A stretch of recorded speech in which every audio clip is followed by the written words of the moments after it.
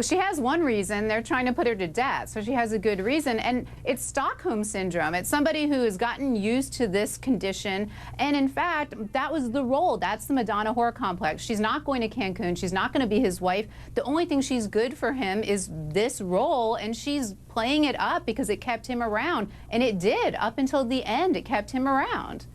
Stacey Honowitz, I think they should have used the Stockholm Syndrome. That would have been better than going into a fog and not remembering the killing. Yeah. I mean, the defense is so preposterous, quite frankly, it really is. What you have here is a clear case of a girl who was used for sex. She was mad that she wasn't going to be the marrying kind, and she took him out. And so all these other things about her post-traumatic stress, we don't even know when that came in. We don't even know if you're talking when he was coming towards her, when the ninjas came in. It's all based upon lies, and that's what the prosecutor has to bring back in his closing argument. You heard all these things about scales and personalities. Let's get to the hard, factual evidence in this case. Let's bring you back to the gas cans, the traveling, the fact that she was consensual. She wanted to be with him. She stalked him. She hacked his email. These are all of the things that the jury has to be reminded of in closing argument next week. And Rene you use your Sandler. common sense. For the defense. I agree in part with Stacey, and that is just this one part, and that is the order of wounds here, I think, is what this case comes down to, and I thought that from the beginning. Did she shoot him first? Did she stab him first? What happened? And that's for the jury to decide. They have to reconcile that in order to get through whether this was an intentional killing, whether it was second-degree murder, whether it's manslaughter, if they get the lesser included. So it's going to come down to intent and going back to this crime scene and trying to understand it and reconcile it for this jury. One of the biggest moments of the week, Travis's ex, Deanna Reed, taking the stand and revealing that she and Travis had a secret sexual relationship. But that was the only thing that she and Jodi may have had in common. Listen to this, and then we're going to analyze it. Did he ever ask you to wear an outfit like that? No. He ever curse at you?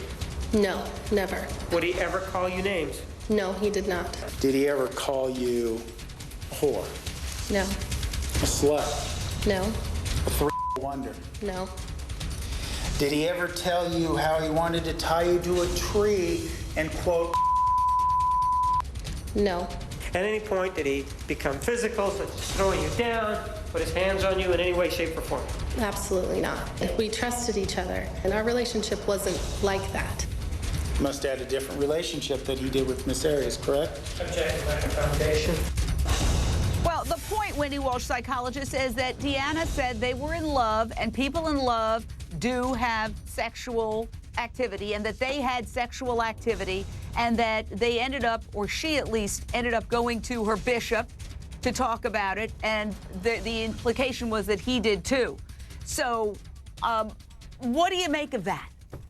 Well, while we don't slam the victim too much here, we have to keep in mind that it was a very weird, traumatic bond between Travis and Jodi, because Travis had some of his own chaos inside. He did definitely have an internalized kind of whore Madonna syndrome. And there we see the two ladies full framed in your split screen. And these are Travis acting out some of his internal conflicts. That's what I see here.